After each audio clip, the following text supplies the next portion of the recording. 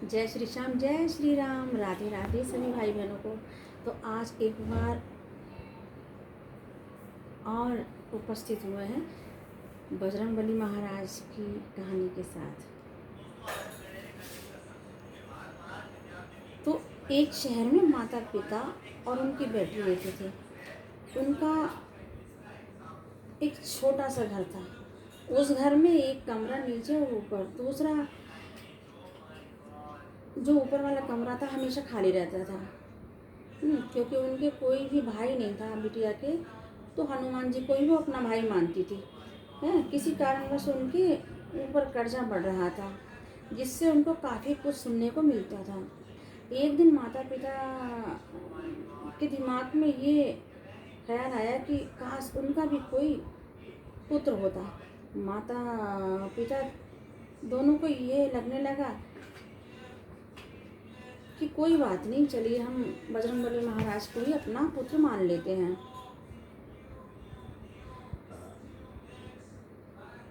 तो एक दिन की बात है, उनकी बेटी जब कॉलेज जा रही होती है तो कुछ लड़के उसका पीछा करने लगते हैं। कॉलेज में किसी को नहीं पता था कि वे इकलौती बेटी है। एक दिन वो कॉलेज से घर जाती है तो रास्ते में एक बॉडी बिल्डर को जाते हुए देखती है। तो वो उनसे कहती है कि भैया, अगर आपको कोई ऐतराज़ ना हो तो मैं क्या आपके साथ एक फ़ोटो खिंचवा सकती हूँ? बोले हाँ, क्यों नहीं। तो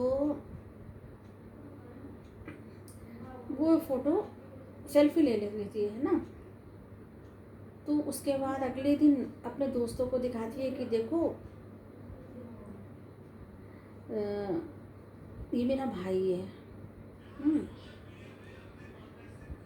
अब वो उसको अपना भाई बता के जो है बाद में सोचती है कि यार मैंने तो बता दिया कि मेरा भाई है।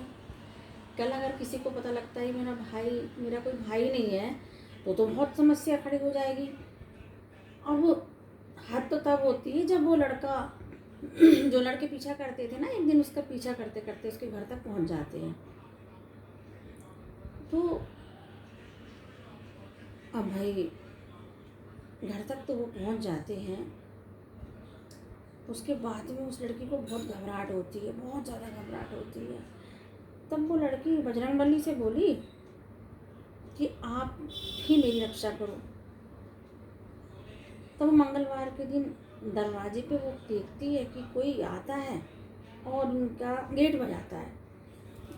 तो भाई माता पिता और वो बेटी सब आ जाते हैं। तो देखती है कि एक लड़का अजीब, मतलब कि नॉर्मल जैसे होते हैं ना, उनसे बिल्कुल ही अलग होता है। वो ये देखती है कि चलो हमें क्या लेना देना, हम पूछते हैं किस कारण से आए हैं। तो वो लड़का कहता है कि नमस्कार माता जी, नमस्कार बहन जी, मैं जो हूँ एक कमरे की तलाश में हूँ क्योंकि मुझे जिम खोलना है। अब भाई वो कहते हैं कि भाई देखो, हमारे पास तो एक ही कमरा है ऊपर, और जो नीचे है उसमें तो हम रहते हैं। बोले कोई बात नहीं, मैं भी यही सुनकर आया हूँ कि आपके पास एक कमरा है। तो वो कहते हैं ठीक है, क्योंकि उनको भी ज़रूरत थी भाई। तो वो कमरा किराए पे दे देते हैं। कुछ समय बाद जो है अच्छा व्यवहार होने के कारण वो भी एक घर के सदस्य की तरह रहने लगता है। वह लड़का अपनी बहन से भी ज़्यादा, जैसे बहन को प्यार करते ना, वैसे ही प्यार करने लगता है। तो जो है एक दिन वो अपनी सारी बातें उस लड़के को बता देती है। अब वो लड़का कहता है कि जो है देखो बहन, जो कुछ भी तुमने मुझे बताया है ना, तो वो सुनने के बाद मुझे लगता है कि आपको भी आत्मनिर्भर बनना चाहिए। इसलिए तुम्हें मैं कुछ ऐसी बातें सिखाऊंगा कि कोई भी तुम्हारा कुछ नहीं बिगाड़ सकता है। तो आप जिम ज्वाइन कर लीजिएगा। तो बोले ठीक है। तो अब वो भी ज़्यादा समय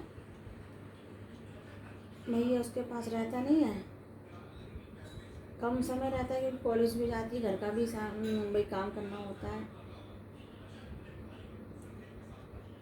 तो वह लड़का अपनी बहन को आत्मनिर्भर बनाकर घर वालों वो कर्जा मुक्त करा कर वो वहाँ से चला जाता है। एक दिन घर वालों को उसकी बहुत याद आती है, तो अगले दिन वो बजरंगबली के मंदिर में जाकर अपने भाई को याद करके और खूब रोने लगती है कि जल्द ही मुझसे मिलने आइए, हैं, सबको आपका इंतज़ार हो रहा है।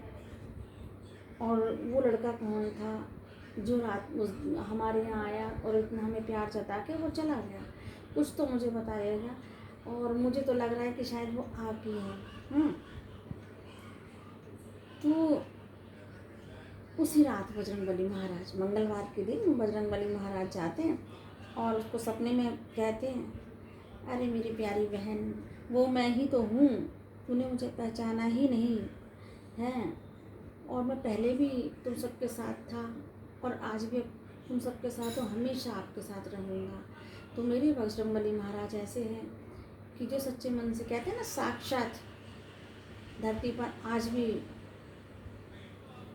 मौजूद हैं।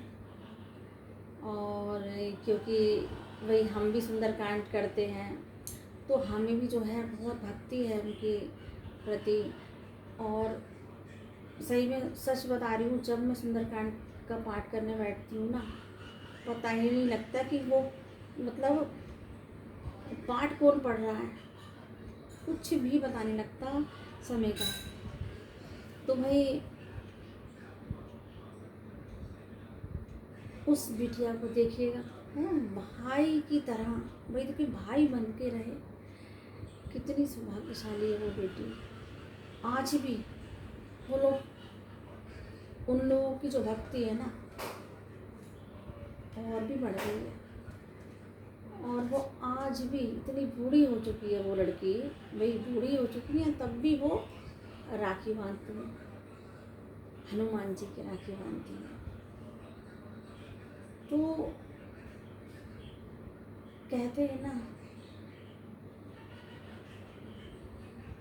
कि कलयुग में भाई जितना आप नाम जपेंगे भगवान का उतना ही बेड़ा पार होगा। वरना आप देख रहे हैं कि कोई भाई दूल्हा आ जा रहा है, घोड़ी पे बैठा है, पीछे बोलने लग गया क्योंकि उसका समय आ गया है। तो जैसा भगवान भाई चाहते हैं वैसे ही होता है, लेकिन हम अपनी तरफ से तो कोशिश कर सकते हैं ना कि अच्छा ही करें और कभी किसी के साथ बुरा ना करें। तो बस आज की कहानी में इतना ही, और अब आज्ञा दीजिएगा और अगली बार हम एक कहानी और लेकर आते हैं आपके लिए। तब तक के लिए जय श्री श्याम, राधे राधे, जय श्री राम, बजरंगबली महाराज की जय हो। और